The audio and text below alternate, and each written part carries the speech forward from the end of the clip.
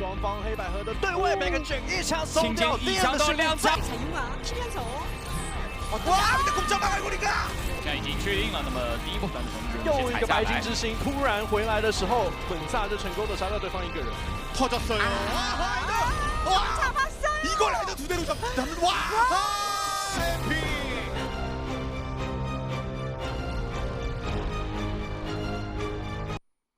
Hello everybody and welcome to the Overwatch League. It's a beautiful evening, night in Los Angeles. The stars are shining above our heads as we bring you the action tonight for the Guangzhou Charge versus the Chengdu Hunters. And of course it's going to be me and Josh bringing the action for match number 1, I should say, followed by Achilles and Wolf, who are going to be bringing you the action for the last 2 matches of the night, of the day. Yeah. And I'm really excited, actually, Brent, to be able to kick off this week because we've got the Summer Showdown on the horizon. This is the final week of qualifiers, and this is our chance to preview what the meta is going to be like as well, because it gives us a chance to see kind of what people are running without hero pools being available. Yep, the first week, or the last week of the qualifiers, first week of no hero pools, so it's going to be very interesting indeed, Josh. But the APAC region has a very different take. You can see from the standings that the Guangzhou Charge are currently 1 match away, realistically, from that perfect scoreline. Yeah. This is going to be the match where they're going to be hunting for it, for the superior seeding coming into the Summer Showdown. Yep, and poor old Chengdu Hunters, they have not been having a good run of it recently. They just come off a 2-3 loss to the Shanghai Dragons, which you might think, oh, amazing. But Shanghai themselves were running really weird rosters throughout map 1 and 2, and then they ended up reverse sweeping them. So, I don't know, it's a bit all over the place, as usual, for Chengdu Hunters. Yeah, we'll see what they're capable of in this match, though. Things are always a little bit funky when the Guangzhou Charge and the Chengdu Hunters end up facing off, but we'll take a look at the Chengdu starting lineup. As you can see, we've got actually a bit of potentially double hit scan that's going on here. Bacon Jack and Leave are in, and Lengsa is an interesting one as well, who's seeing some playtime. Yeah, Lengsa saw a little bit of playtime last week as well. Lengsa, highly rated. Mechanical skill, highly regarded. Has been playing a bit of Batiste along with the Lucio whenever they've had the opportunity to. But yeah, it seems like this is going to be double hit scan, right? With Bacon Jack and Leave in the lineup. We've been hearing rumors that there might be some intense dive comps coming back into the meta. Yeah, like all in, full on, in your face, aggressive dive. But that doesn't seem like these teams are going to be opting for it immediately, just judging by the lineups. I will say as well, the Genji buffs are in the game, so we see the right-click buff coming in. That's going to be for this week and obviously next week as well, and for potentially a future. Who knows? Maybe Genji will be relevant again. We'll see. I personally would be quite pleased to see that happen. I know a lot of people might not be so happy to see Genji be relevant. Hex hates dying to Genjis. Hex hates Genji so much. He's probably up watching right now, so there you go. He can attest to it. He'll probably agree with us. The other side, though, of the matchup, of course, is going to be the Guangzhou Charge. And their starting lineup as well. They're going to be running Eileen and Happy. I think Nero and Neptuno. Now, they are, I believe, out of quarantine at this point. They had to go out, and they had to go out of the country, out of South Korea for their visas and come back in again to obviously once they had them, but then they had to go through the quarantine procedure. They're out of it, but the Guangzhou Charge are still running this set lineup that they've been running with recently.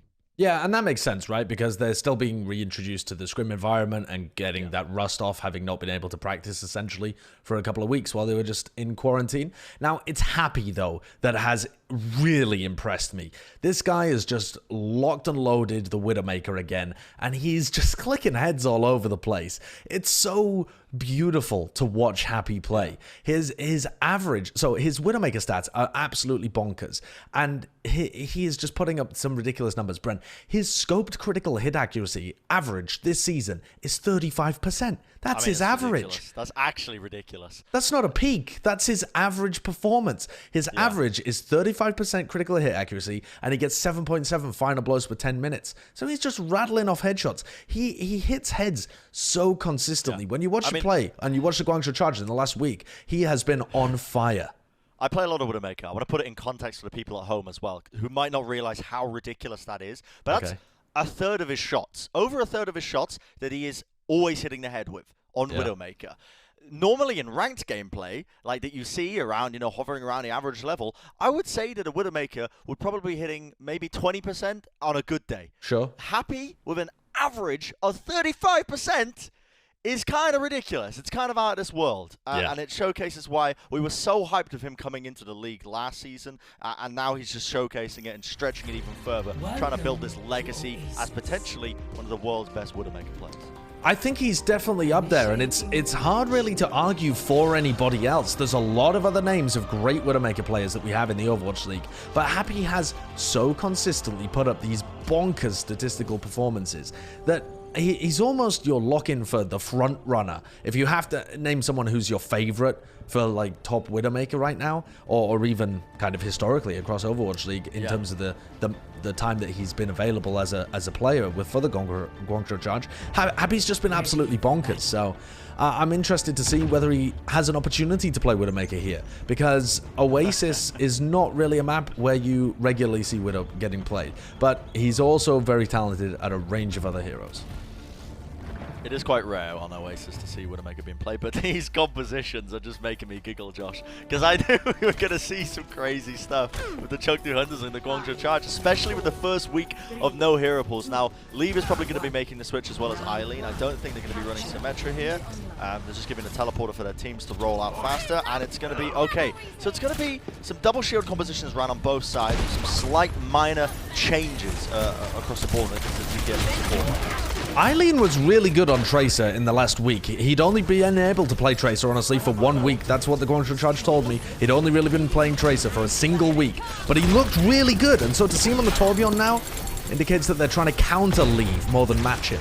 Yeah, the Torbjorn and the Ashe, very good staying power. You can put in so much consistent damage at the turret, the dynamite, everything, the long-range damage, and there you go. The Halt comes through, Bacon Jack gets caught out of position there. That was all set up realistically off the back of Rio.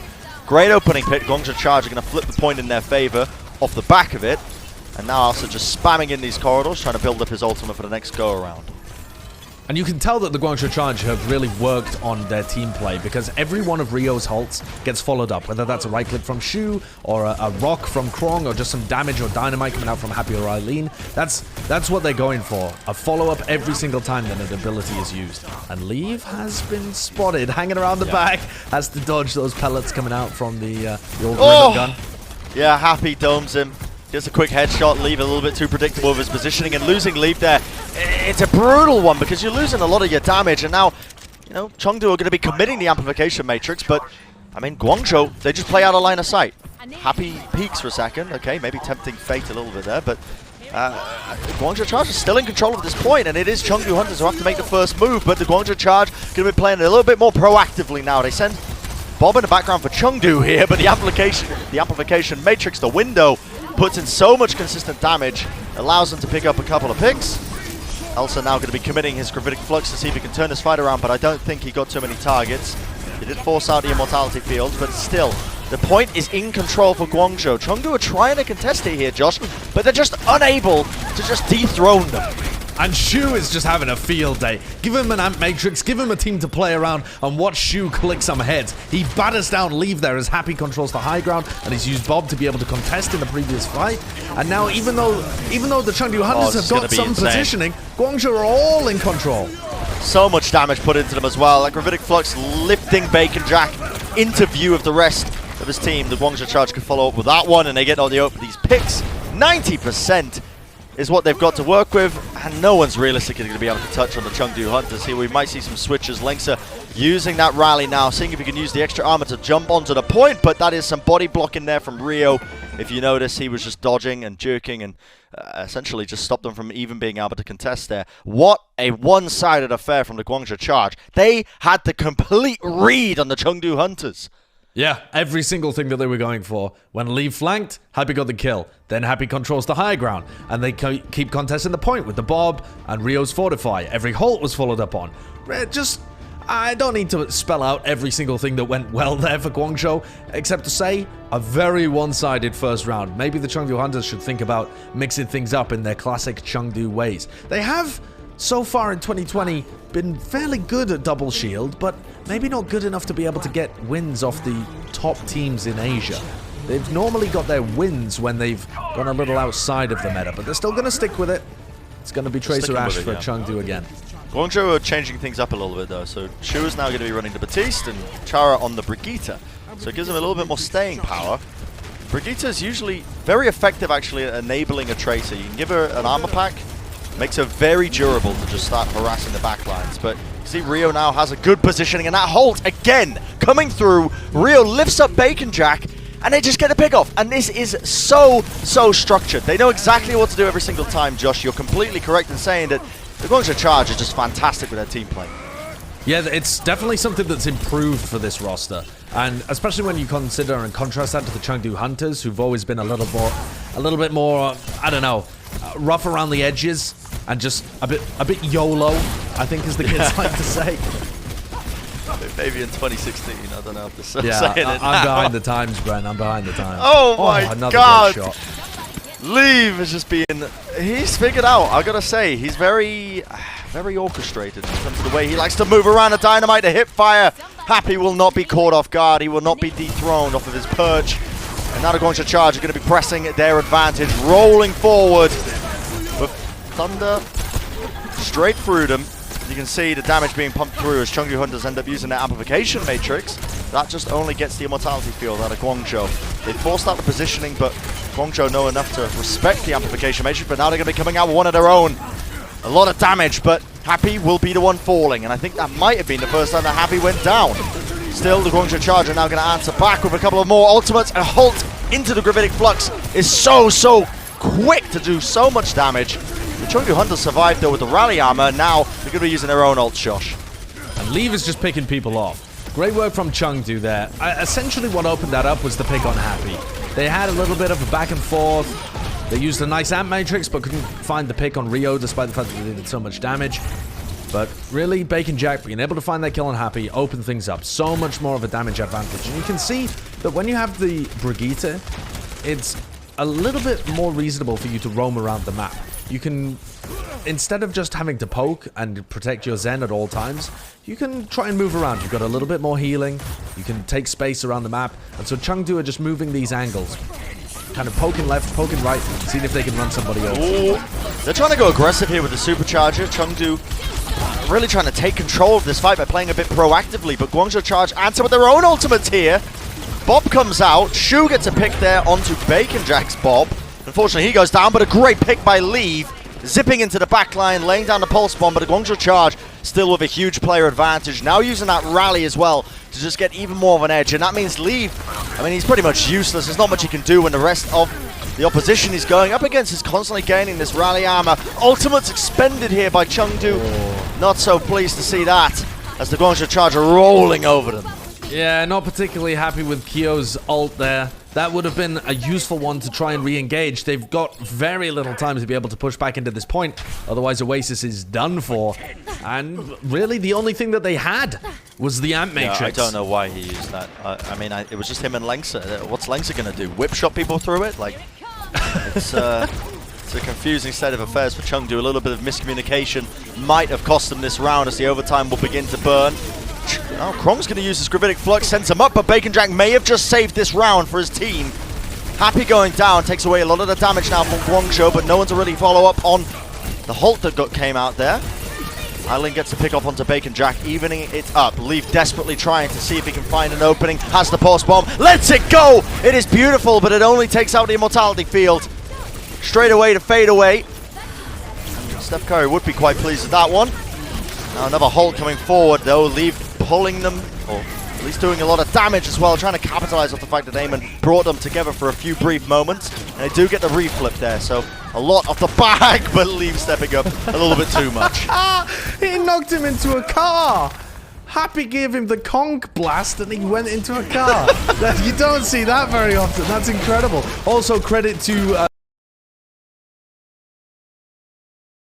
takes down Bacon Jack, the Guangzhou Charge. They are on the offensive once more, and they got Rio's Supercharger. That's what they call the grade A5 Wagyu beef. Not able to connect the kill there. That could have cost them, and in fact, I think it may have. The Guangzhou Charge laying down the Supercharger. And the overtime will burn down. No real presence on the point anymore. Chengdu Hunters just going to chuck bodies at it, trying to keep it going, but it is futile to stand up to the Guangzhou Charge right now as they will take map number 1. And that is, as they say in the business, quite one-sided, Josh. Yeah, pretty blinding pace there set by the Guangzhou Charge. They basically lost the point on the second round a couple of times, mostly because Bacon Jack was able to take a pick onto Happy. And outside of that, outside of just a raw aim duel that went the wrong way, Chengdu were utterly outplayed in terms of the ult usage, the positioning. It's not that Chengdu made large errors, but the Guangzhou Charge were very coordinated, everything used to its maximum ability. And that's the reason that Guangzhou have been beaten pretty much everybody in the Asian division apart from Shanghai recently. Okay, they're not perfect. They've been going to a couple of 3-2 games recently, but they are pretty good. And that's a beautiful little kill. They are phenomenal. And yeah, I'm curious now, how far will the Guangzhou Charge go? It feels like there's not many teams, maybe only Shanghai, that can really go toe-to-toe with them. But we'll find out. Can the Chengdu Hunters bring it back to a 1-1, or will they fall further into defeat? We're going to find out after the break. Don't go anywhere. The Overwatch League is brought to you by Cheez-It Groups. Deep flavor, deep crunch. It's a mind crunch. And by Zip Chair Gaming, the official chair supplier of the Overwatch League.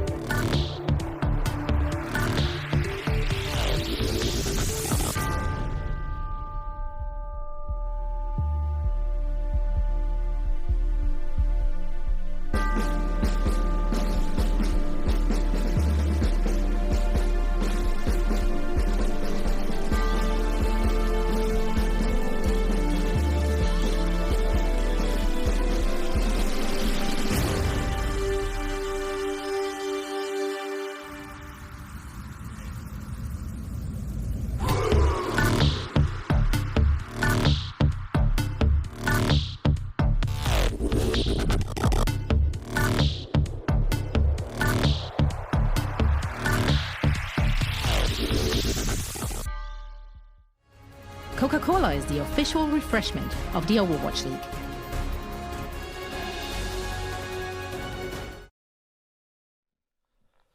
Welcome back, everybody, to the Overwatch League. If you're just joining us, we're in the midst of course, the Guangzhou Charge versus the Chengdu Hunters, and it is the Guangzhou Charge we're currently leading 1-0 up. If you're wondering why I'm out of breath, I had to run upstairs, downstairs, back again to try and turn on the air conditioning. I'm cooking live in my casting room. Very lovely. Okay. Well, you know who else is cooking? The Guangzhou Charge. They're cooking with gas right now. They've found themselves 1-0 up in the series, and they're heading over to Volskaya. And honestly, when it comes to maps like Volskaya, where you can get a lot of value out of the Widowmaker, and just out of Ashe having long sight lines, I just got to add to it. I'm so excited to see Happy. Yes, and so am I, because he's just said in the chat, in the lobby, I'm giving you guys a little bit of a preview, you can't see this, but Happy's just said, observers, show my POV, please. So he's raring himself up. The boy is gassing, he's ready to go. I am hyped. Happy's feeling himself, and when Happy's feeling himself, you know that he's going to be breaking records. Oh yeah, because this guy, he is a little bit streaky. As much as I say that he's consistently put up big performances, and I do think that's the case, he kind of oscillates between being good and being unbelievable. And so if you catch Happy on one of those unbelievable days, he just doesn't seem beatable. And apparently from talking to the Guangzhou Charge, one of the reasons behind that streakiness is confidence, just like when he feels like he's on his game. And if he's already gassing himself up in the pre-match chat, telling the observers to get on his pod, I mean, Chara told him to shut up. He's embarrassed for him because he's saying it in all chat. He's saying it with the Chengdu Hunters able to look at it. That's true. Yeah, that's some mind games. It's next level, man. It's like actually next level. Because it's not directed disrespect. You know, you're not disrespecting the Chengdu Hunters. You're just saying, I am gonna be the most entertaining player in this match. Yeah, I am gonna pop off. I am actually gonna. Yeah, I respect it. You know, not a lot of players have that confidence, but Happy, he's clearly got it today. He's feeling himself a little bit. The timer will tick down. The teams are going to get ready. The Chengdu Hunters going to be opting for, again, the same composition. It's the double shield, but they're going to be running out Ash Tracer. Leave trying to get some value in the back line, but Happy is on the Widowmaker. Let's go. I've been looking forward to this one for quite some time. Goes for the jump shot, will miss it. The Hulk will not connect into, or convert into any damage, any eliminations just yet, but the observers are giving Happy his wish, at least for the time being. And they're running the Torbjorn with this as well, which is unusual. Normally you don't run such a kind of tanky DPS, but again, focusing on shutting down Leave, I think. Eileen giving a lot of respect to the Tracer on the other team. Doesn't want to go Tracer v Tracer. It doesn't. Another Hulk comes through. The Accretion trying to follow up. Leave is just going to be distracting in the back line. The role of the Tracer, try and convert some of these kills, but it's hard to do when there's a turret there. You can see his focus is completely taken up by the turret. Has to give it a quick beat down as he goes for Happy. Now you see the tanks are kind of split up a little bit here, and Rio will fall. The Hulk moves forwards. There's going to be a lot of damage put into them here. Eileen trying to even it out if he can. One quick stray piece of lead will do the work. Chara with a whip shot, finds it, and now, okay, Chara, or Krong I should say, caught out of position. He will not be saved. But it is getting even now, and the longer this fight goes, the better it's going to be for the Guangzhou Charge. They've got the better spawn point. Well, you would think that, but if Chara has a really late death here, this doesn't help anybody. Yeah. Where is Chara? Has he managed to escape? Did they really let the Brigitte leave? They did. He's managed to get out. He's reconnected with the rest of his team. That's a big mistake for Chengdu, I think, because they could have just reset the clock and got Lengsa straight back in the fight. How did Happy with Infrasight as well, Bren. Happy with Infrasight. Happy is on the flank here, and he does have the Infrasight. You can see where all of the heads are. Leave has to try and put some pressure onto him. Armor pack comes through. 12 HP on Happy, and a dream, but eventually Bacon Jack is going to coach gun his way up into the high ground and beat him down. Guangzhou Charge is still finding pickoffs as they're taking a brawl in close quarters here. Ultimate's forced out. Elsa with a Gravitic Flux. The initial damage does bring down Chara, but not enough to close out this fight. As the Guangzhou Charge now have a superior numbers advantage. Krong, I don't know where you're firing up, but that's okay. Your team is there to even it out. He's just role-playing as an architect. He wants to add some more rock to the walls. He's just trying to build it up. Build it up, break it down. And that's what Eileen's been doing as well. This Torbjorn has actually worked pretty nicely. The whole reason that the Guangzhou Charge won that fight was essentially because they managed to get in a position where Eileen could scrap with everybody else. What on earth is going on there? Eamon is setting up his shield, firing it into the air, and just gets headshot by Happy. He was walking a little bit too far forward there, and you can see Lengsa had to hold up the shield. Now, Leave's job is going to be to try and distract Happy and reduce the amount of impact he's able to get in this fight. But now the ultimates come through. You can see Supercharger being used. Absolutely everything at their disposal. The Gravitic Flux, the Molten Core, it's too much damage. Bob now to try and contest this one. Chengdu trying to turn it, and you can see Leave did get the kill into Happy in the back line. That Pulse Bomb did come through, but the Bob will fall. And now the Guangzhou Charge are just really trying to cement the advantage they have thus far. Krong, one of the lone tanks on the point here, using his grass to try and eat up as much damage as possible. Chengdu now using their rally armor though. They've got a huge advantage when it comes to the HP, rolling forwards, seeing if they can convert it into any kills. Krong gets out alive, so they don't get the maximum value, but they do stop the push. But not before the Guangzhou Charge got 2 ticks. I gotta be honest, right? As much as I love seeing the Happy Widowmaker, I feel like you run the Ashe with the Torbjorn so that you can all bunch in together. You know, the Widowmaker needs to take off angle. She needs to play off by herself, and then Leave is just gonna kill Happy. So you either play the Widow with the Tracer, or you play Ash Torbjorn. Guangzhou are finding it quite difficult to put Happy in good positions. But I know as soon as I complain about Happy playing the Widow, he's just going to pop off and kill everyone and make me look like an idiot. So I'm reluctant to even criticize the Guangzhou Charge because Happy is just so good at this hero. So just put him on it if you want it. You say that, but Guangzhou have been known in the past for running Happy on the Widowmaker for too long when it hasn't been working. This has been one of their problems that they've gone through. You can see Happy being... Whoa, what a stick! What a stick! Yo, leave! Okay, breaking angles out here. Love to see it, but leave, stunned up, has the recall and has the rally armor as well. Look at that, 200 HP. He's practically a raid boss at that moment of time. He got out scot-free, if you will. Tries to go for the quick little beatdown. Not quite the one clip that he was hoping for, but that's all well and good. And now the Chengdu Hunters are buying time for themselves here. Happy's impact is so minimized because he's forced to play with the rest of his team, minimizing the angles he can take. Yeah, and if he was on Ash here, he'd be able to put out just a lot of consistent damage. As we say That's nice, though. The body shot to take down Leave. But Bacon Jack finds the kill on Happy. Yep, it's going to be the one-for-one trade. The Guangzhou Charge could still win this one, but Chengdu have ultimates to keep them off here. Bob has enough point presence, so they can't really walk forwards. Eventually, that's going to fade away, but now the amplification and Matrix will come out for Chengdu. They're going to trade it out, see if they can get a kill, and they do just that. Bacon Jack using that damage boost gets a nice little headshot down to Eileen. Even with the extra health that he had, will not be enough to try and save Eileen there, so he will fall. And all of this rally armor, Bren, that they've managed to accrue from Chara's ultimate is going to fade by the time they get into the next fight.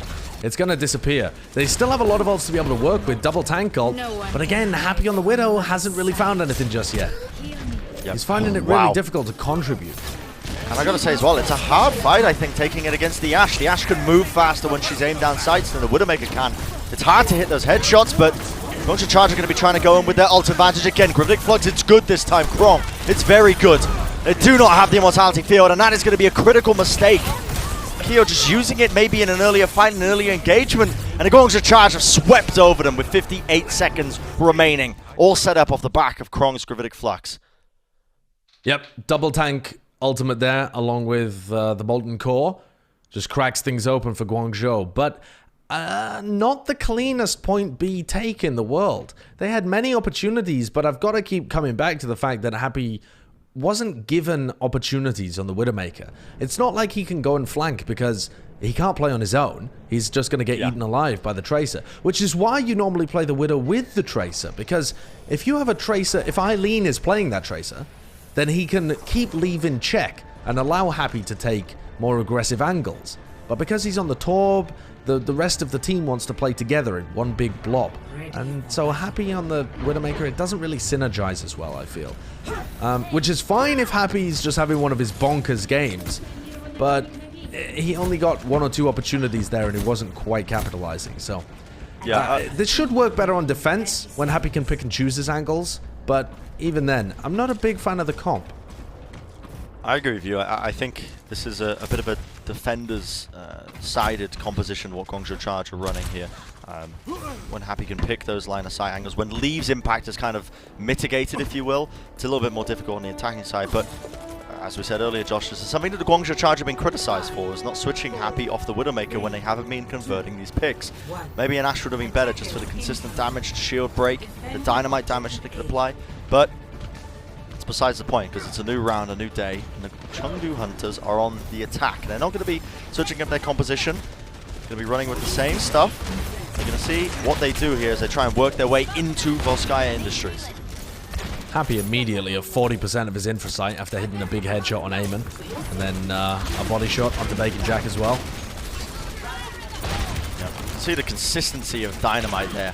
You can hit it every single time, which these players, they're pro players, they can do that. They can build up their ultimates pretty quick. Nice headshot as well. Coming in a damage chunk to get a little bit more positioning. The halt comes through from Eamon, but nothing to really follow it up, but Happy will fall. That wasn't even Leave.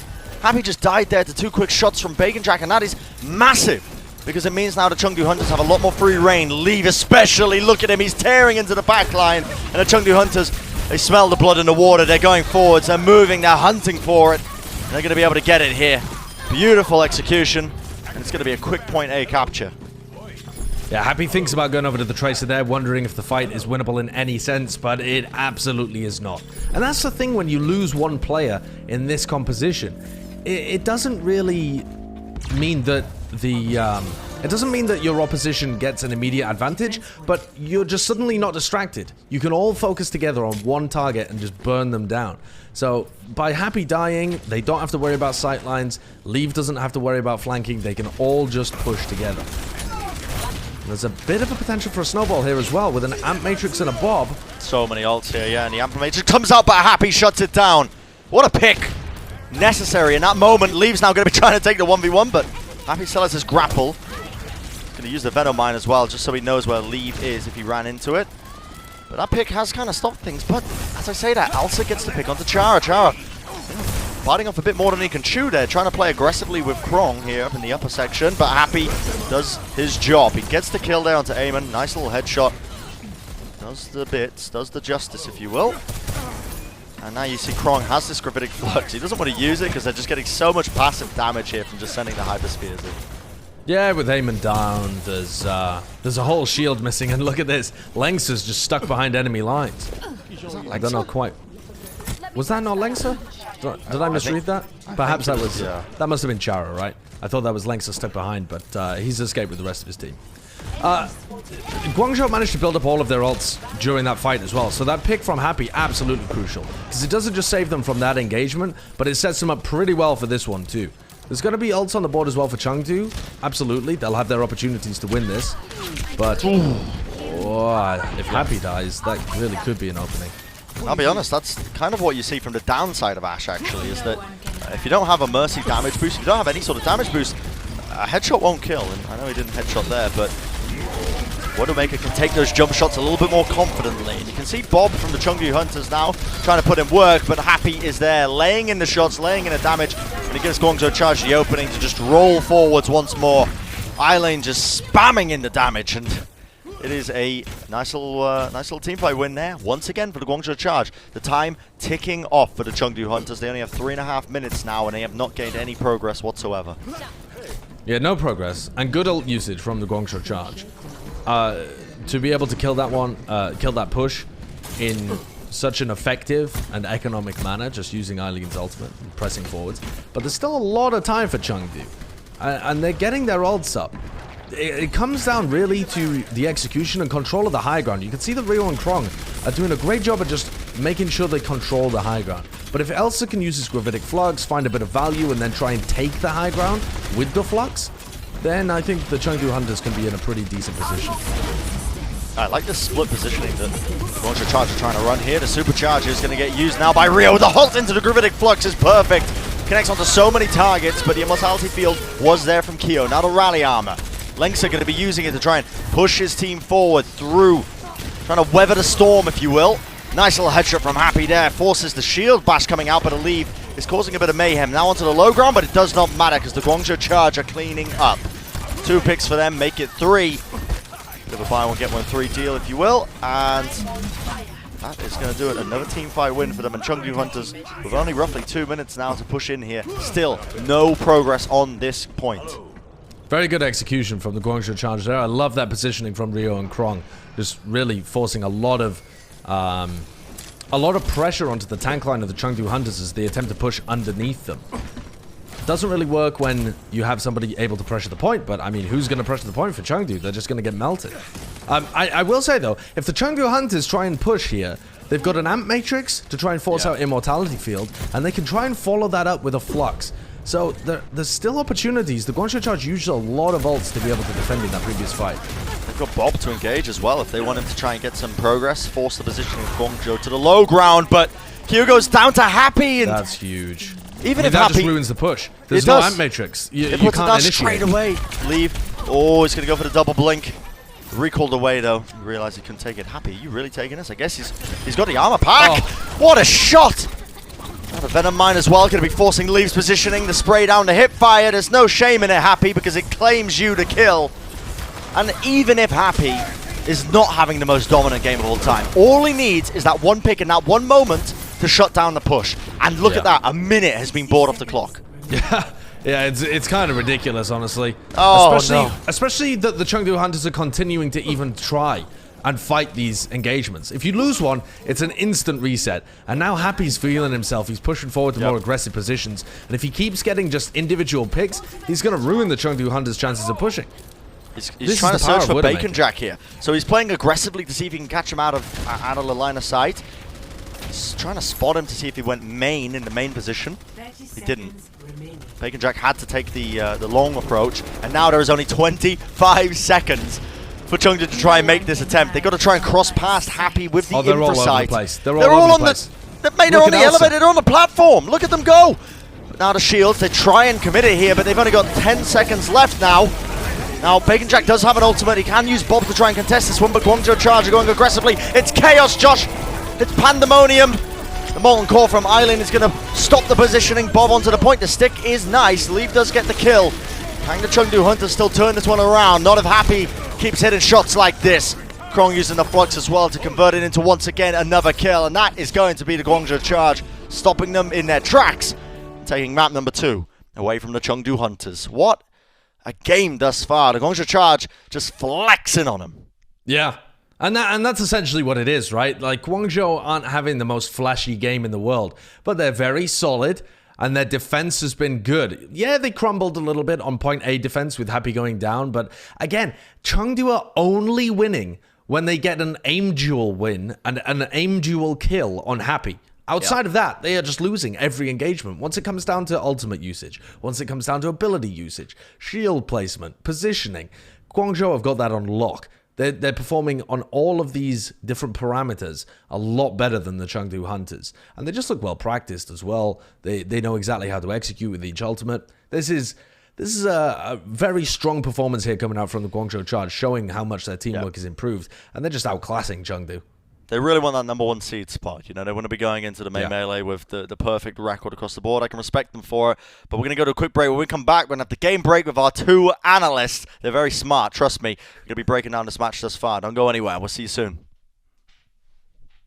The Overwatch League is brought to you by T-Mobile. Switch today and rank up to America's largest 5G network, T-Mobile. And by State Farm. For auto, home, or renters insurance. Like a good neighbor, State Farm is there.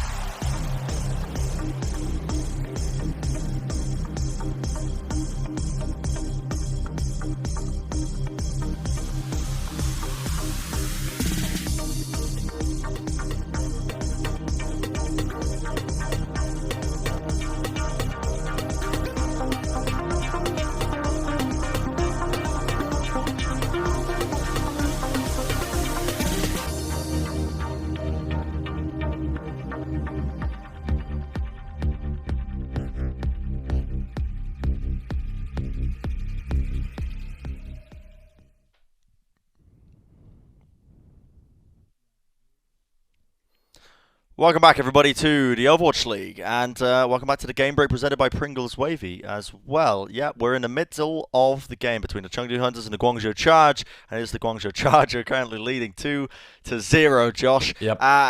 This is kind of what we expected, but with Chengdu Hunters, you never know. You know, the Chengdu Hunters, they could turn up. You know, one week they're looking crazy, the next week they're looking like they're potentially a contender for, you know, maybe a top team in the APAC region.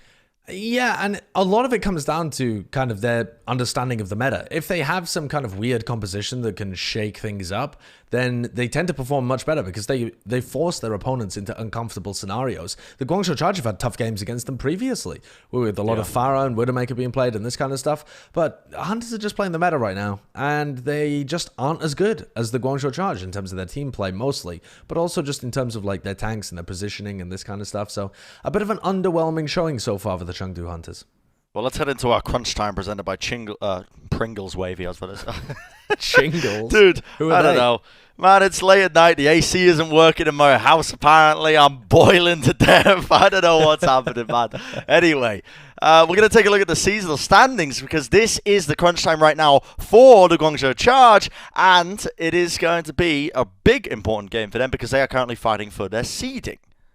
Yeah, and this obviously hasn't taken into account the two maps that we've just seen. So this was what was going in at the start of the day. Now, something that I want to point out, though, Bren, as well, is that even if the Guangzhou Charge 3-0 right now, okay, they clean sweep the Chengdu Hunters, they'll be sat at a +5 map differential, which means that they're banking on the Dragons losing anyway. So the best that they can possibly do here is just win. The map differential doesn't really come into it, but what it does help is to kind of keep them above the NYXL, make sure that they have that perfect 3-0 record, get that number 2 seed, or if the Dragons do slip up towards the end, bearing in mind the Dragons just had a 2-3 game against the Chengdu Hunters, they're not omnipotent.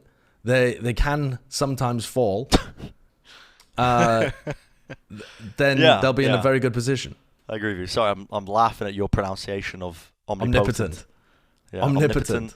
Omnipotent. I don't know what you just said. Omnipotent. Normally it's me that butchers the pronunciation of words, so I sometimes I've been hanging around you too long. You really have. I'm infecting your mind a little bit too much, yeah. But it's super important because as well, look at it this way. Shanghai Dragons are going to be playing up against, I believe, the Hangzhou Spark, which is going to be a tough match for them. Like, that is going to be an incredibly difficult one. The Hangzhou Spark are looking very, very improved. So this is a great opportunity for the Guangzhou Charge to really run away with it and maybe get that number 1 seed. And, you know, on the other side of it, the Hunters, they are desperate for whatever maps they can get because the Dynasty are set down there at exactly the same kind of rate. You know, 0-2 with -4 map differential. And the Dynasty, they're an up and down team. They're all over the place. Who knows who's going to turn it on at any time. But you never really want to be in the position where you're sat right down at the bottom of the standings. So Hunters, they haven't looked so hot recently, but there is still time to turn around in this series, theoretically. We shall see. We shall see. That's going to do it for our game break and, of course, our crunch time presented by Pringles Wavy. And when we come back from the break, we're going to have the resumption of the game. Is that a word, Josh? Who knows? Sure, I don't know. absolutely. We'll find out. Resumption, resuming, assumption. I kind of mix them to jam them together. I'm trying to coin new words. Anyway, we'll see you after the break. The Overwatch League is brought to you by Pringles Wavy. Big crunch, big flavor.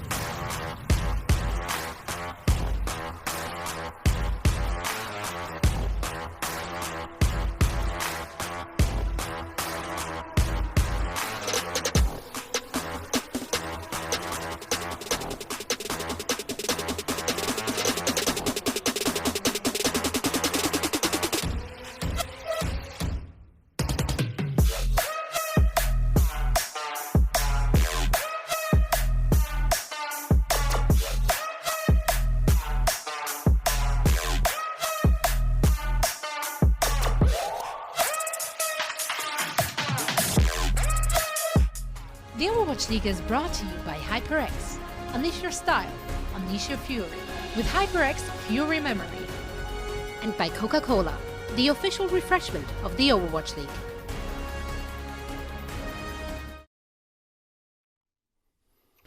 Welcome back to the Overwatch League, everybody, and you're just joining us. You're joining us in the middle of the Chengdu Hunters Guangzhou Charge game. My name's Brendan Hook, and I am currently sweating to death. It is about, when I last looked, it was 76 Fahrenheit, which is, I think, if I'm going to do my maths correctly here, Josh, it is, if you take away 32, divide by that, it's like 21 Celsius? I don't know. I'm not going to fact check you anyway, am I? You take away 32, divide by 2, I think. No, you take away 32 and divide by 1.8. But divide by 2 just to get a rough. Yeah, you don't do the 1.8 because it's too difficult. You know, my brain's not a calculator, but I can do divide by 2. And maybe, can I do it on the spot? What would that be? Oh, Lord. There is a general rule. Yeah, 21 Celsius, I think. Okay. I don't think that's correct, though. I'm Googling it. I've got a PC. I'm Googling it. That's true. There is a general rule with casting, Brendan. It's don't ever do maths live because you just make yourself look like a moron because you can't do basic arithmetic. Oh, it's 74 Fahrenheit. It's 23 degrees Celsius. So I was I was 2 degrees within 2 degrees of accuracy. Sure. But essentially what I'm getting at is it's bloody hot in my room and I'm sweating a lot, and it could be the game, it could also be the air conditioning being broke. I don't know. I don't want to give you guys the spiel on what's going on in my life, but it's. Well, Bren, things are heating up in the game as well because we've had a substitution. Oh. You know who's coming in? It's your boy Jinmu. Okay. Everyone loves a Jinmu. Okay. And we're on Gibraltar. So you know what that means? Okay. It means dive. It probably means Genji. Yep. And I'm begging for it. Please. Yep. Show me the Jinmu Genji. They've got Ating in as well. So they're definitely going for some kind of Winston look here too. So I'm hyped for this. I was waiting for Chengdu to bring out some kind of divey comp, some kind of thing that suits their style a bit more. Oh yeah, and this is Chengdu, isn't it? I mean, it's a bit weird. Yeah. Okay, 18. Yeah, I was gonna say, get on the Winston. It's a bit, sacrilege, if you will, to see Chengdu Hunters playing the Wrecking Ball and it not being Eamon. That's absolute blasphemy. Exactly. Jinmu on the Genji though, and you got to remember, everybody, you got to remind you all, the Genji buffs are in. You get those little buffs to the right click. He is a stronger character. He can choose when to change his deflect as well. If he wants to put it down early, he can do so. A little bit of a minor change because I think the top level Genji players can cancel their deflect anyway with a wall climb. That's what they do anyway. But just it's nice to have the quality of life to just cancel it whenever. So the Chengdu Hunters is going to be experimenting with it, and we're going to see Jinmu's Genji brings me so much joy, Josh, I cannot begin to describe. Yeah, he really is just a feast or famine kind of Genji player. And I think he's the kind of player that benefits the most, you know? He's not poking from a distance, trying to build up a blade. He's dashing in. He's trying to get those right clicks. He doesn't care what you're running. You're running Brigitte Chara, that ain't gonna stop him.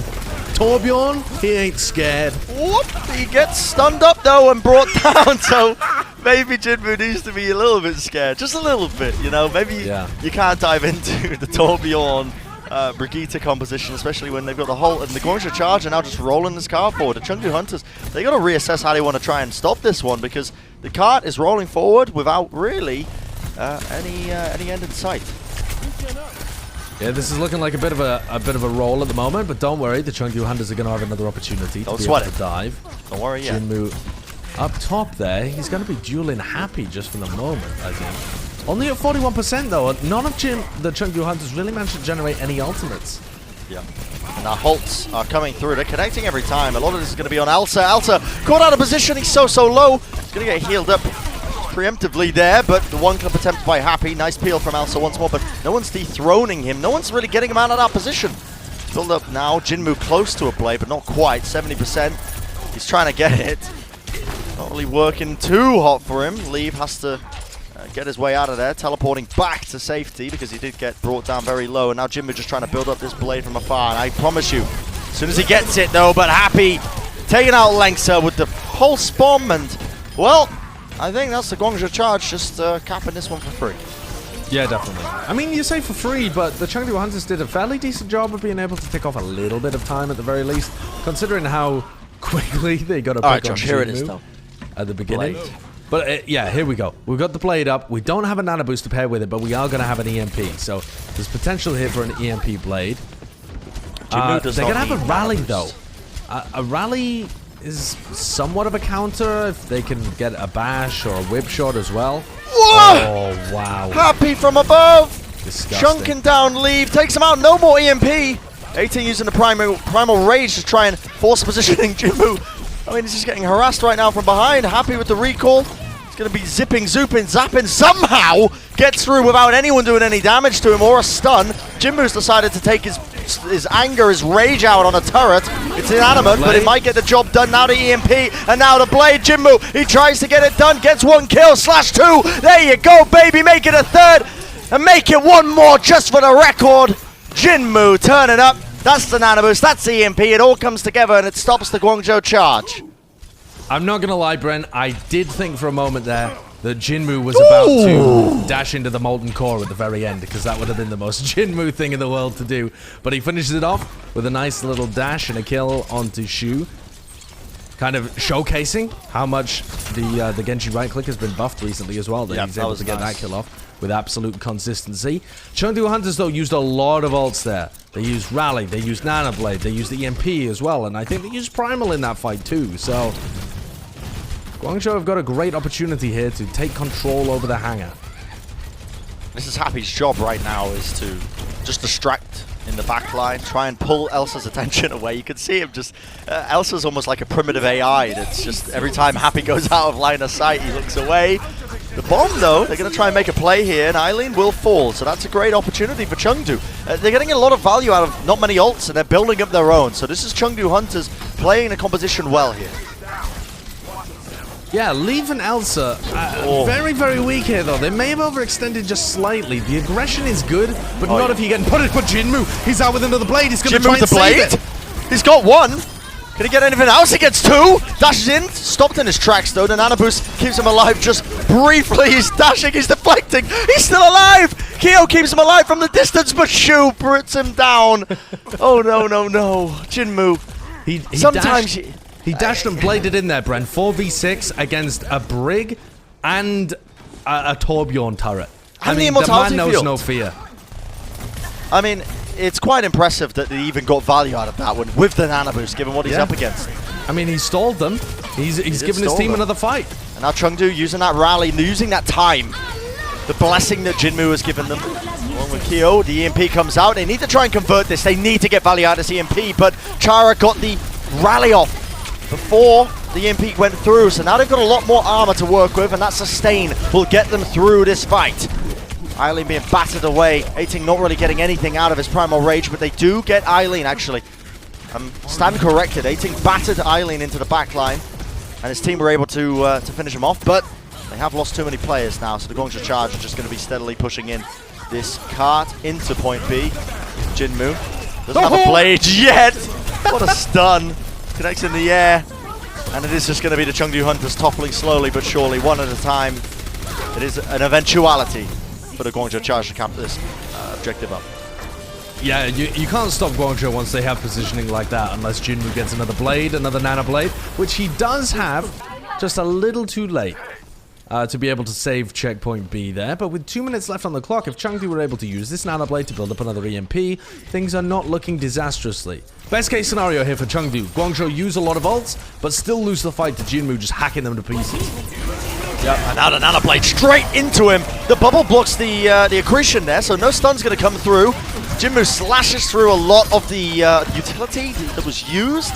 And he does get a kill into Rio at the tail end of it, okay, so not too bad. You gotta remember, the immortality field was forced out from that, and this is the buffed right click that we're talking about. He's tearing through them right now. Jinmu with 3 kills, despite the fact that his blade faded. And that was forcing out those abilities. There was no immortality field available to try and stop what Jinmu was able to do at the tail end of that fight. The Guangzhou Charge did not commit both of their tank ultimates to it, though, so still a decent opportunity. But if Chengdu can use this EMP to build up another Jinmu blade, which is highly possible, here we go, EMP bomb. Krong and Chara both brought so weak, and that immortality field was the only thing keeping them alive, but Jinmu didn't really get that much damage. Great positioning from Shu to use the immortality field. He dodged the EMP, he got it off, and he saved his team in this team fight. And now the Guangzhou Charge are pressing forward. They know that it's their opportunity, their time to shine. They're taking it straight away. The rally is wasted. Lengsa will not get any value. Chara gets maximum value out of his. And that is a beautiful start now for Guangzhou Charge to roll this one forward with 50 seconds on the time. They are slowly moving it forward, and only 18 with a Primal Rage is the only thing they've got to work with. Now they see this amplification matrix laid down. It's going to be a ton of damage just pumped into them with a supercharger as well. I see no world in which the Guangzhou Charge really lose this one, Josh. Except Jinmu getting up to a blade. He gets nano boosted. It's another. He's got Jinmu the blade! Jinmu stunned up, but is it enough? He puts in so much damage with the slices, the dashes, everything. The deflect even, just to BM the turret at the end. And although the blade didn't get too much done, it might be enough to stall out the fight. I don't think the Guangzhou Charge can even get to the point in time. No, Chara's going over to the Lucio. They're running Lucio Anna to try and get back. Silent Orisa. If Rio can touch here, this is monstrous. He's crouching. Oh, the fortify! He touched it. That's amazing. Okay. And now they have the ults, honestly. Krong might be able to get in. This is potentially turnable. Maybe. Happy has to touch. Stunned up. Whip shot. He gets taken out. Chara from the backline. Krong. He has the Gravitic Flux and he's going to get 2 kills. Leaf goes down. Surely not. Don't tell me the Guangzhou Charge are winning this one. Krong with a 3rd. It can't be happening. Not before my eyes. I don't believe it. I don't want to believe it right now. Now the ball. Rio moving over to it. The self-destruct into the air. The Chengdu Hunters are getting the kills now as they're moving over to the stalled characters. Kyo over onto the Moira, sends in the ball as well. Rio just trying to desperately hold on to whatever they have left, whatever hopes they have, but Leave will hack him up. And there is no one left to touch this one. It will be stopped in its tracks. Although it was a little bit shaky there. And the hero of that defense, over and over again, was Jinmu. He was finding value. Even though he didn't get that many kills with his final nano blades, he found so much value in terms of damage, in terms of getting rid of the immortality field and forcing out those abilities, and the rest of his team was able to clean up. Also, a huge shout out to Kyo, who was building up his nano boost really quickly, and in that final engagement, he caught Jinmu with such little health available. But this is Krong as well. Krong's been so fantastic.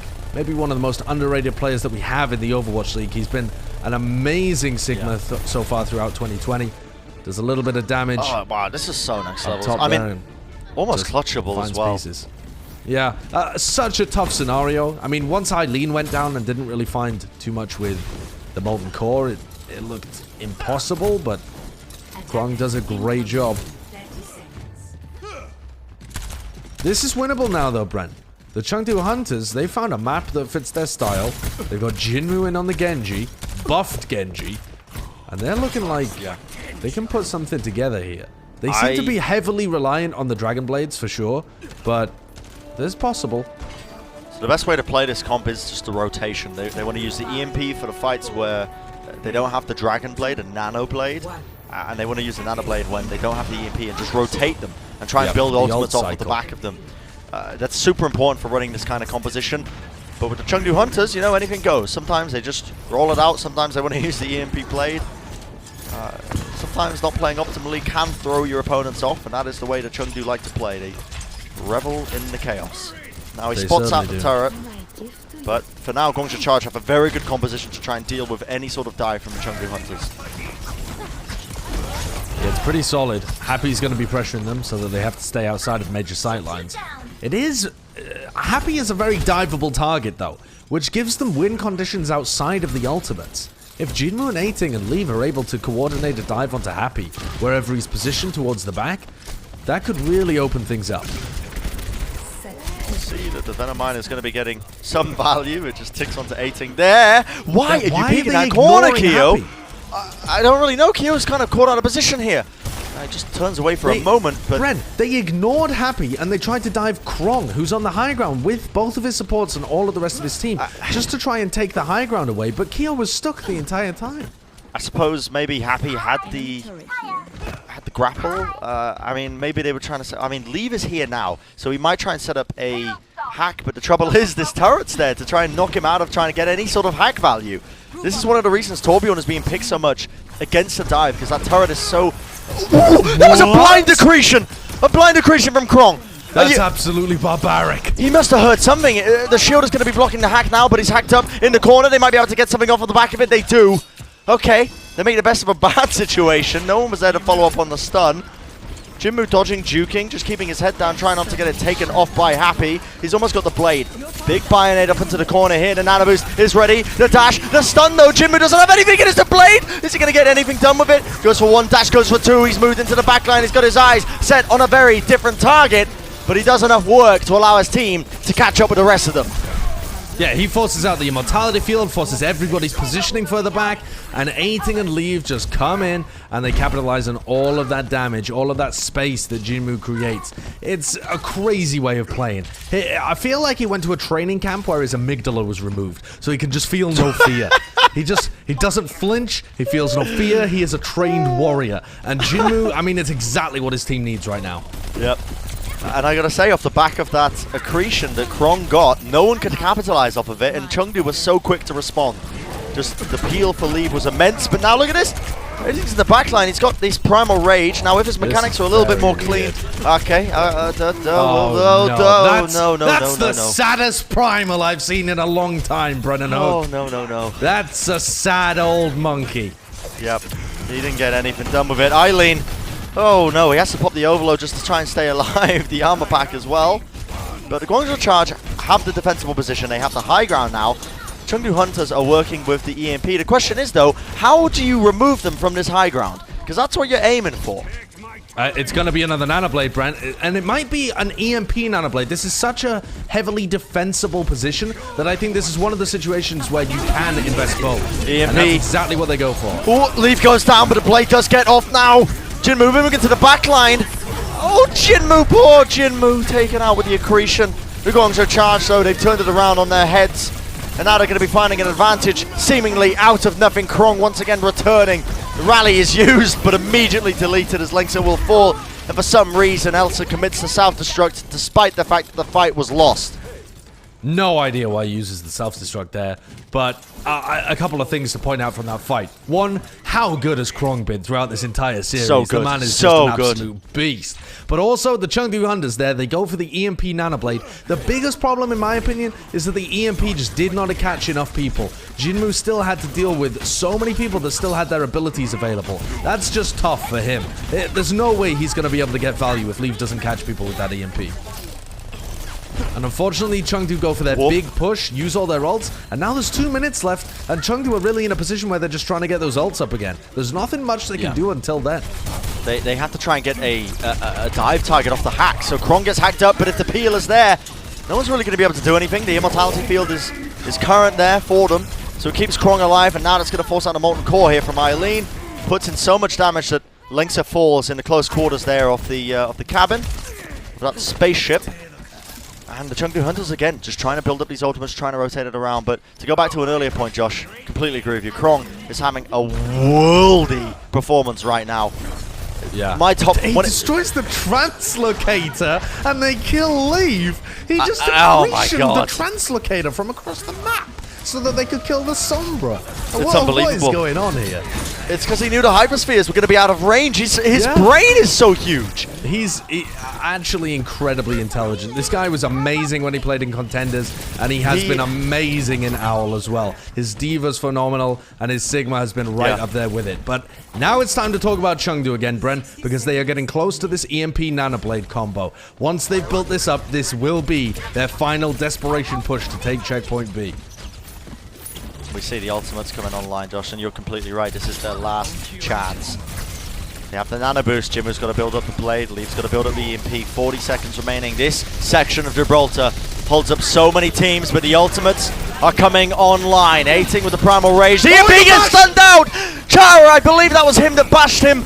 And now Jinmu, he's got to do it all himself with the Nano Blade. He goes in once, and he might go in twice now. The dash comes through, and he finds the kill. Quick swing of the sword will get the job done. The Chengdu Hunters, it was almost all falling to pieces there. A world-class performance from Chara, stunning him out, but luckily Jinmu was there to save the day. That's the second time that Leave has failed Jinmu on the EMPs, but it doesn't matter. Jinmu, the second time around, just takes matters into his own hands and gets a huge shutdown with the Dragon Blade. look at the ultimate situation for Chengdu with only a minute and a half left. It does not look possible. I mean, Chengdu can just about build up an EMP Nanoblade within this time period if they keep prodding, but how do you force out all of these ults and build up ults of your own? It's going to be so difficult. Post bomb laid down. No one really going down here. Self-destruct into the back. It takes out the turret, but the supercharger is going to get used. I think it's slept out of the Molten Core as well, and he will get brought down. It's the individual plays. It's the chaos that we were talking about, the Chengdu effect. They get a pick, but unfortunately not much else here. 50 seconds remaining though, but best case scenario for them, because look at the ults they forced out. Yeah, this is pretty good. Jinmu and Kyo have both built up a large amount of their ults. They're on pace to be able to get them before the end of this map. And Guangzhou Charge have used a lot of ults. Only the Flux remaining. This is going to come down to the wire, but it's possible that Jinmu could clutch again. Yeah, they've got to get the ults online. Okay, Elsa, I was wondering why he was going back to spawn. Switching back to get his mech rather than going off the edge of the cliff. Maybe shaving off a couple of crucial seconds. Leave now working his way into the backline. They've got to get something. They might even just have to use this nano boost preemptively so that Jinmu can build up for the blade. It will be worst case scenario for them, but it might have to be done. A necessary evil, if you will. Happy. He's hacked up. He's not able to really move around here. Leaf's trying to build up this EMP, but it's so hard for him. Has to translocate back. They do get the overtime going. An opportunity now for them to rotate off of it. You see the Bionate getting a lot of value. The hack gets cancelled out by Krong, though, using that shield, and now the blade is online. Jinmu is go! You see the slash come through, negated by the Immortality Field, but forcing them into the corner. It's picture perfect. Chengdu Hunters have forced them. Their positioning of Guangzhou is not quite there. The EMP is the cherry on top, and the Chengdu Hunters may have just done it. No one from Guangzhou can stand. No one can stop the cart. And that is going to be the map going the way of Chengdu Hunters. Could be the beginning of the reverse sweep. Well, you can't help but smile, Brian. I can't get a smile off my face because just watching Jinmu do his thing and Chengdu reverting back to what they do best it's just beautiful, man. Yeah, Jinmu with the play of the game as he saves Leaves failed EMP with a huge play. What a huge player. I just love watching Jinmu play, whether it's the Pharah, whether it's the Hanzo, but especially the Genji, because he will take fights that nobody else wants to take. Nobody wants to go into a Brigitte. Nobody wants to push into a Sigma with his accretion. Or Baptiste to the Immortality Field. Yeah, but Jinmu's there, and he does it for his team, and he doesn't matter if he gets the kills in the kill feed. He's setting his team up for success. Yes, space created is an age-old saying for when people like to feed in ranked. I like to say it a lot because sometimes you get a zero-value blade, but just because it's a zero-value blade doesn't mean it's actually zero value. I don't know who said that. Maybe that's not a very wise saying, really, is it? No, it's not. It directly contradicts itself. I mean, you know, I've been trying to catch up on the art of war recently, so a lot of that's been going into my vocabulary. But anyway, we're going to go to a break. When we come back, we'll see, can the Chengdu Hunters complete the reverse sweep? We're going to find out. Don't go anywhere. The Overwatch League is brought to you by T-Mobile. Switch today and rank up to America's largest 5G network, T-Mobile. And by State Farm. For auto, home, or renters insurance. Like a good neighbor, State Farm is there.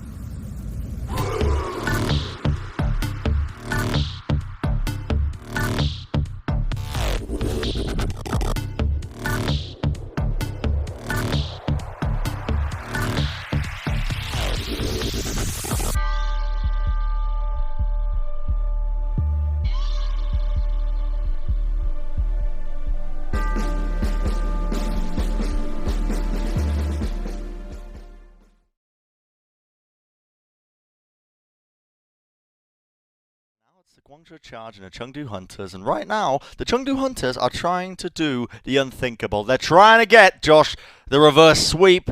They just took the last map. Can they take another one? That's the question on everyone's mind. They've made some substitutions. Yeah, they have made these substitutions. So Chengdu have brought back in Bacon Jack and Eamon, which suggests that they're going to play a double hit scan, pokey kind of double shield action setup, which makes a lot of sense because the map we're going into is Hollywood. Unfortunately, I don't think it does make that much sense strategically from a bigger picture perspective, because from what we've seen so far of the double shield, double hit scan kind of gameplay, the Guangzhou Charge have massively outplayed their opponents. It hasn't even really been close. The first two maps were nowhere near. So I would have liked to see Chengdu have something a little more creative on show here. Yes, it's not the Chengdu we have come to know and love. The old Chengdu, you know, they spit in the face of the meta. Admittedly, they were playing, you know, I guess against the meta last year and even to this year to a lesser degree, because they had visa issues with some of their players, and they only had Eamon to play main tank, and he only really knew Orisa and Wrecking Ball, so they had to kind of force and bend to that, and that's how they got their their wins last year. Now this is a Chengdu Hunters that's clearly trying to compete with the top by playing the mirror compositions. You can't win every game by cheesing. I can respect that to a degree, but I have to agree with you, Josh. It's not playing to their strengths. It's not where we've seen them get the win. We just saw the Chengdu Hunters play almost a picture-perfect Genji Sombra composition where they were rotating the ultimates around. I mean, it was fun. And yeah, okay, not picture-perfect, but fun. I mean, I don't feel like any comp can be a great composition if you need the ultimates to be able to win. You know what I mean? But if you don't win in the neutral game. Exactly. If you can't win in the neutral, then you are very unlikely to win the map overall. But, you know, Jinmu was able to come out with big blades every single time. I don't think he had a single one that... no, maybe he had one that got shut down out of all of them. I think that was the very first one where they tried to combo it with the EMP when they were on attack. But yeah, outside of that, I mean, he just played fantastic Overwatch. And unfortunately, his reward for that is getting subbed out. Now, Bren, here's a little factoid for you. These two teams have played Hollywood twice before in the past. And the Hunters have won both times. Okay. And I know that for a fact that these two teams historically, they've gone to map 5 a lot. Now, I couldn't give you the numbers, but if I was to guesstimate, I would say it's probably around 80%. I pulled that stat out of nowhere. That's a Matt Morello stat where you just invent it. They have gone to map 5 a lot, and I know that just from memory. These two teams have history. They sometimes the Chengdu Hunters seem like they are the antithesis of what the Guangzhou Charge like to play, but the Hunters are running something, okay, it's not what we were quite expecting. They're running Echo, and this may be maybe just a small section of Echo that we see over the course of the Summer Showdown. I want to see a lot more Echo. She's very fun to play, but she's putting in a lot of consistent damage. Now, the changes are live. I believe her laser beam of death, that's not the actual name of the ability, but the range of it got shortened in this patch as well. So she's a little bit less effective, but still a very good hero to play. Yep. And it allows Leave a little bit more of that clutch potential. Although he was having great performances over on the Tracer as well, he's not really expecting to be playing into a Widowmaker that much, so Leave has options to be able to dive into the backline or I mean, it's help pressure the tanks. A weird way to play the Echo is just kind of playing it on the ground and maybe just only taking these very narrow line of sights. Now, the amplification matrix get used, but the Chengdu Hunters don't really capitalize off of it. They're not really taking too much positioning. Guangzhou Charge just kite them, they get out of line of sight, and now they can go back in once the amp matrix has faded. However, they are getting a lot of kills with that just preemptive damage sent in. The dynamite, the sticky bombs, it all comes together. And Leave with the beam, laser him down. Somehow he ends up bringing himself down as well. But I think with the amount of ultimates being committed here, it is a matter of time before the Chengdu Hunters end up capping open this point A.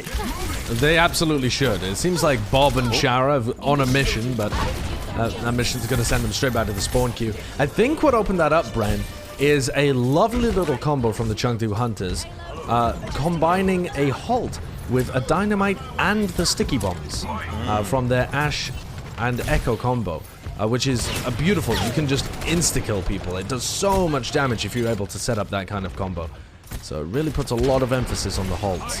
If Eamon can find big halts, they've got a lot of damage to be able to combine with that. He's going to be facing off against Bacon Jack in this Ash 1v1. It's a tricky fight to take as well. As I was saying previously in the series, Ash is very quick. She can move, you know, left to right very quick when she's aiming down sights. A bit unlike, very unlike, in fact, you know, Hangzhou when he's pulling back his bow, or Widowmaker. So it's a weird fight to take. It's very difficult sometimes to try and hit those headshots, but see what he can do. Ultimate's now coming online. He's got the duplicate. Leave. Oh, he's going to be taking it now onto the Ash, but he gets taken out immediately. Oh my goodness, Happy just removed him from the fight. He said, "Okay, you're going to clone me, pal? Yeah, not on my watch." Immediately takes him out in duplicate form. That's a big confidence match, right? That's a big disrespect kind of play. It's Bacon Jack actually that finds the kill over Happy, finds the headshot over there. Ooh. And they get Eileen. Yeah, a lot of picks going away at Chengdu here. They find the openings they need, and this is that kind of Chengdu style that we were talking about. Now, we expected them to go with what they were been playing before, a bit of the double hit scan with Leave on the Tracer, but I like this. The Echo adds in this unknown element, you know, despite the fact that Echo has been playable for quite so many weeks, she was out of the hero pool rotation. So teams are not accustomed to playing against an Echo right now. It's an interesting kind of spanner to throw into the works to try and change things up. You can see the Chengdu Hunters getting maximum value out of it because they are just rolling forward with it. They're going to use the supercharge, the Guangzhou Charge that is, to try and stall this one out along with the amplification matrix, but when Bacon Jack's on high ground and he's just hitting headshots like that, it is very difficult to try and contest. Yeah, super difficult for Guangzhou Charge to use the supercharger, but don't really get in a position where Krong could even use his ultimate. And Chengdu, through point B, with a little bit of momentum gained, due to Bacon Jack winning the aim duel against Happy, they have stormed through here. Great prioritization of the high ground. Nice shots coming out from Bacon Jack repeatedly on the Ash. And this is now looking to be a very winnable position. Eileen is struggling. He doesn't know what hero to play. He started out on the Torbjorn, went over to the Tracer, and now he's on the Mei. Guangzhou are on the back foot, most assuredly. And they are trying to figure out what adaptations to make to put the Chengdu Hunters back in their place, so to speak. Yeah, they're trying to find a correct solution. Now, this last section of the map is very narrow, so the Mei can get some value with her walls. But they need to be close enough for that to even happen. So they're giving positioning to Chengdu right now, trying to take away the high ground from them as well. But the Chengdu Hunters are playing such a kind of agile combo with Leave. Look at him just diving into the backline. Ooh, he missed all his shots. Had to use the duplicate to survive. He had to use that then. It's a bit suboptimal, but he's still putting in the damage. And look at that. Almost had the bob. Didn't quite get it off. Just got taken out of the duplicate just in the nick of time. They're Happy putting an end to it, but now we're going to see Bob on the side of Bacon Jack come out here. Going to be just getting a bit of presence, trying to force the positioning here, but it's the counter Bob, if you will. He finally makes his move, just stopping the positioning of Chengdu. Chengdu Hunters trying to move this one forward, using again the supercharger, but Krong for well-timed gravitic flux should be putting an end to it. Yeah, the Guangzhou Charge find a really nice gravitic flux and then Shu mopping people up as well with his ant matrix towards the back. It was a little bit too much there, I think. Leave diving into the back and having to replicate the Ash once again. I don't think Ash is the correct target whatsoever. I think if you can try and find the Arissa, you can try and find the Sigma, you can try and find even the Brigitte, those are all great targets. But if you're forcing yourself to dive all the way into the backline to the point where you have to play Ash, that's not the best way to play this hero. Not ideal at all. Supercharger now for the Guangzhou Charge. It's going to be forcing to get in the position of Chengdu. No one can really bring it down. Now, Sticky Bombs are going to be chunking down a couple of the members of the team, but Chengdu cannot play into the Supercharger. It's too much damage. Now finally it fades, so that might be the opportunity for them to try and move themselves forward, get into position, but they've only got the rally to work with, whereas Guangzhou have built up this blizzard, and they're going to be using it aggressively, proactively, moving into them, freezing them up, seeing if they can get any more picks. Leave does fall, but it's the 1-for-1 trade, and now Elsa moves in with his flux. Got the 2 targets, but Krong is still happily alive, using the grass to keep himself there in this fight. Bob now moving into the fight just to contest up this point, and it takes out Kyo. That means the Chengdu Hunters are not in a solid position to try and push this. They don't really have a lot of heals. It's hard when there's so much damage on the Guangzhou side. Yeah, it's very difficult. You can see them trying to get angles, but it's hard for them to even be able to get Bacon Jack and Leave in. They just can't find positions. And they would love to have Leaves duplicate sometime around now to be able to break open this choke point. Perhaps with the supercharger and an additional shield, or maybe even just a rally to be able to bust through the choke point. So I think a lot of it is going to come down to who Leave decides to replicate. A lot of DPS players, they love to go for that just raw DPS matchup, just a confidence game. Oh my goodness, Kyo used his amplification metrics, he gets taken down still. Chengdu are finding picks off the back of it, and now we can see, okay, Leave going to be using the duplicate there onto the Sigma. Krong did get his Gravitic Flux off, but not much value. In fact, Krong falling very low, has to go to the back to the rest of his team, and it's going to be a quick Gravitic Flux built up, of course, but the added boost from it sends him up, brings him back down again, puts in so much damage, it's enough for the rest of his team to follow up on, and they finish with time. A crucial element. 9 seconds left, could be the difference between a draw and a win. Yeah, that's really nice for Chengdu, especially considering how long they were taking to be able to break through point C there. And at the end of the day, it was that high ground prioritization. Just finding an angle, taking control of the catwalk up at the top and moving over to balcony allowed Bacon Jack to be able to find, I think, the opening pick. And then Leave with a good replicate helped everybody just push through. And it's about getting those DPS in the best positions possible. And Chengdu did a great job of snowballing through B. B can be really difficult to push. If you can't get people up on these high grounds, if something goes wrong with an elevator, or you lose the fight and you have to reset back at the beginning, momentum very important during the street stage of Hollywood. So this is now looking pretty good for us to be going to a map 5 here, weirdly enough. If Chengdu are able to put up a reasonable defense, even just a normal defense of Hollywood, this is looking very winnable. What you said at the start, Josh, the Chengdu Hunters and Guangzhou Charge, they played Hollywood twice, and Chengdu have taken it both times. True. They have not played these kind of compositions in the past, though. At least as far as I can remember. And considering how much more coordinated Guangzhou looked in the first 2 maps, this is surprising. But I do think that Leave being on the Echo just added a little more punch. Yeah. They were able to get into the backlines a little bit more, force the positioning away, pull the charge off the game. Makes it difficult to try and stick to your game plan when you're thrown off a little bit, but Happy now going to be on the Tracer, a role he's quite comfortable with. Seeing if he oh, nice little stun there. Fantastic positioning there from Lengser, just spotting him off, and that was, he was holding up his shield so we could see him coming from around the corner. If you're wondering how he got that stun off so quickly, it brought him into third person, which gave him an edge. You can see around the corner using it. Happy though, still on the hunt to try and get something done, and Guangzhou Charge are rolling forward. They force out the Immortality Field, and Eileen gets a pick off onto Lengser. Elsa falls as well, and Chengdu Hunters, it was looking like a good start, but fortunately they're going to crumble here just when it matters most. Yeah, that was not close in any sense once the Guangzhou Charge actually got rolling. You could see Elsa and Leave just desperately trying to hold them off at the corner, but there was really nothing to be done there. The overwhelming damage and shield pressure coming out from Rio. And unfortunately, the poor little Sigma player from Chengdu Hunter, he fell. And the Guangzhou Charge are going to move over with Happy on the Widowmaker. Okay. You can get some really long angles on Hollywood, but if you're stuck on the low ground the entire time, you're not going to have a fun time. Okay, they get a hold up onto Aemon, they take him off the high ground. That's a mistake from Aemon. He should have had to fortify to stop that. They should have had anything to stop that. Even Elsa's projected barrier to try and, negate it. Or Immortality Field once he actually did get pulled.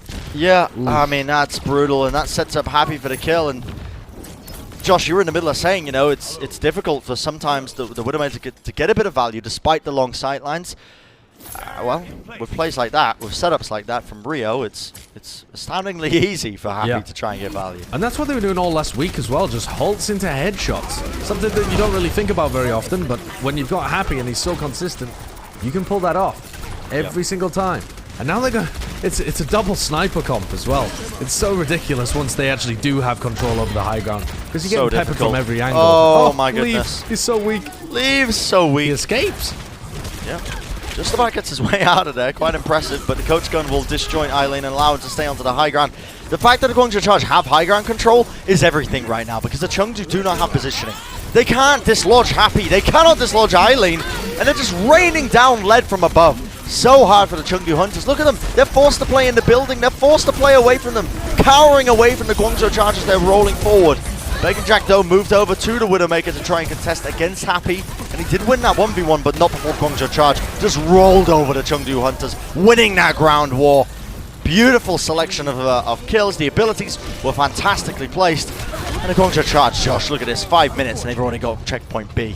Yeah, this is absolutely huge. And Chengdu are going to be thanking their stars that they got time on the point. Because, you know, time in the time bank, sorry. Because the Guangzhou Charge do not look like they're showing any signs of slowing down. They're just rolling through. Lee's going to have his duplicate up. So if he can find somebody to be able to duplicate, probably Krong again, although maybe Chara is a decent option. Yep. Then they'll still have a good chances in this next team fight. And Bacon Jack did win the 1v1 against Happy, so not all hope is lost. Happy isn't in his unkillable stage just yet. Okay, and shooters go down. I think Bacon Jack had the remnants of an Infrasight there. Okay, he almost got his head taken off, but again, that's the downside of running Ash, is that you can't really easily win those duels. You only do about 180 damage for the headshot. That's a maximum potential, but look at this. Chengdu Hunters rolling around. They actually noticed that the Guangzhou Charge were rotating all the way onto the high ground. They immediately take care of it. They do not want a repeat of this middle section of when they just lost control of the high ground and essentially lost checkpoint B.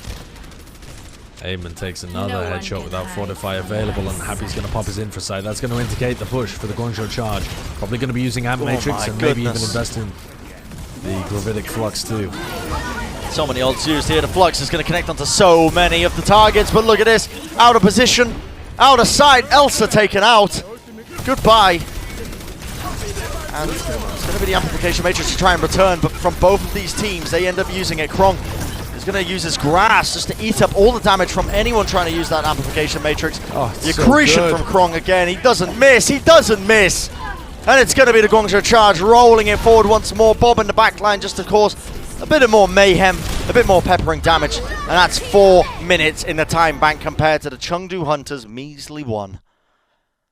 Rio's halts get so much value because the rest of the Guangzhou Charge are ready, waiting. It's clear that the communication is fantastic, but at the end of the day, whenever I watch Guangzhou recently, it's just a Krong show. I mean, sure, Happy has taken over the past week because his Widowmaker was fantastic, but in terms of just a guy who's always there, always putting in work in every single team fight, Krong's Sigma so far throughout 2020 has been beautiful to watch. In that final engagement, he pushes in, he manages to find a really good Gravitic Flux on one group of players. He hits the rock to be able to cancel the Gravitic Flux on Elsa. The rock to cancel the Kinetic Grasp on Elsa. Finds that pick. Pushes forward, sees an Amp Matrix in front of him. So he runs in front of the Amp Matrix to stop any of the Chengdu Hunters using it and soaks up all the damage with his own grass. He's just so intelligent, always getting max value out of his abilities. And we had a discussion on a podcast we run, Plat Chat, there's a little plug for all you guys at home, about our top 5 main tanks, or top 5 tanks in general. Krong was in my list for this reason. He is so consistently good. If he doesn't get player of the match, this match, I mean, I just don't really know what to say. He deserves it, in my opinion. It's hard to say that when you've got talent like Happy, like Eileen, all performing well. Rio with his halts, for example. But Krong has been just so pivotal in these fights when it comes to his stuns, when it comes to his Sigma gameplay. Yeah. The real shining star thus far for the Guangzhou Charge in this series. Let's see if Happy can win back your favor as he's on the defense right now. We shall see. Such little time available for Chengdu. They need something huge. Leave probably needs to pop off. Maybe a halt coming out from Eamon. A halt into a dynamite and some stickies would be fantastic for the Hunters. Yep. They're able to pull something like that off. I think it's the only option they've got is to try and burst somebody down. Happy goes down. That is it. I spoke it into existence. I might be omnipotent. We don't know. Omniscient. Omniscient? All-knowing? Who knows? Anyway, sticky bombs into the back line. They're going to be chunking down a significant amount of members. Already a tick on the board, which means the Chengdu now have a winnable scenario, but Krong evens it out, lengths it goes down, and he's taking away the high ground, or trying to take it away from the Chengdu Hunters here. No. Spamming it out. The Chengdu Hunters are falling, crumbling, losing the players. How does that happen? But the overtime will go down, and they only get 55% and 0.9 recurring, of course, on the board. No, I don't think it is recurring, actually. Well, who knows? We don't know. That's true. We don't know how many significant figures it goes to. Only 3 displayed on the board. Chengdu have this classic thing that happens in your ranked games and happens at the low to mid-level of OWL, where it's an overtime scenario, they get a pick, but they rush it. Yeah. They push too far forwards. They try and win the fight really quickly. Yep. You see the top teams when they're in that position. Once they find that first pick, they're very slow. They play patiently. They have one person on the point, sure, to keep the overtime triggered. But yeah, they're very disciplined, Brett. They just try and squeeze their advantage slowly over time whilst giving up and making no mistakes themselves. It's winnable, technically, sure, but only 56% required for the Guangzhou Charge in 4 minutes. Seems pretty doable to me. It is winnable, in one sense. We won't be seeing a draw. True. And the Chengdu Hunters have never lost Hollywood, if it counts for anything. I mean, they've never lost Hollywood against the Guangzhou Charge. Yeah, They've they have lost lost Hollywood many Hollywood in times general. themselves. Yes. Well, let's see if they can do it, Josh. Let's see if we're going to be going to the map 5. Eileen's just taking his time playing on the arcade machines. The time bank's so large that he's in spawn just messing around on sim. Yeah, and now the Guangzhou Charge. We're going to start approaching the point. Slowly working their way in with the double shields, using it to mitigate any damage. And they're getting positioning. This is the name of the game for them right now. Now, Leave has to find an opening. They have to play a little bit more proactively here. Chengdu have to get something on the board. Otherwise, if you give Guangzhou Charge all this space, it's going to be a dangerous scenario for them. The Halt does not connect. A rare one for Rio. Immediately as well. Nice response from Chengdu. They know that Guangzhou like to push this direction. They did last time. Okay. Beam's not going to be getting anything done because no one was really low enough. But they force out on the abilities. Guangzhou are in close quarters, but they've immediately farmed up the amplification matrix, and now they're chunking them down. Rio has got a Gatling gun, for God's sake. Look at him go, tearing through the opposition. Krong and Rio, a dynamic duo. They are all falling now, and no one can stand. No one can stop them. The Guangzhou Charge will get their victory. They will get their win, and they are searching, hunting for that #1 spot for the Summer Showdown. GG's in the chat, as they will take it 3-1. Very nice performance for the Guangzhou Charge there.